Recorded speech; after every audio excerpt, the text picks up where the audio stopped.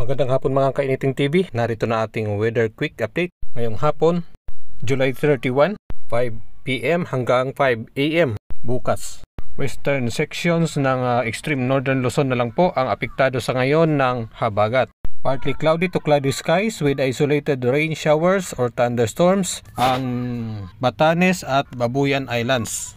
Localized thunderstorms naman ang nakakaapekto sa natitirang bahagi ng ating bansa. Makikita natin dito sa ating weather satellite images na kumakalat na po ang mga pagkulog at pagkidlat sa Ilocos Norte, Ilocos Sur, La Union, Benguet, Zambales, Bataan, Pampanga, Bulacan, Rizal, Metro Manila, Cavite, Occidental Mindoro, Palawan, Camsur, Panay, Negros Occidental, Western Samar, papunta na po sa Masbate, Northern Leyte, Mactan, Northern Cebu, Zamboanga del Norte, Misamis Occidental, Misamis Oriental, Lanao, North Cotabato,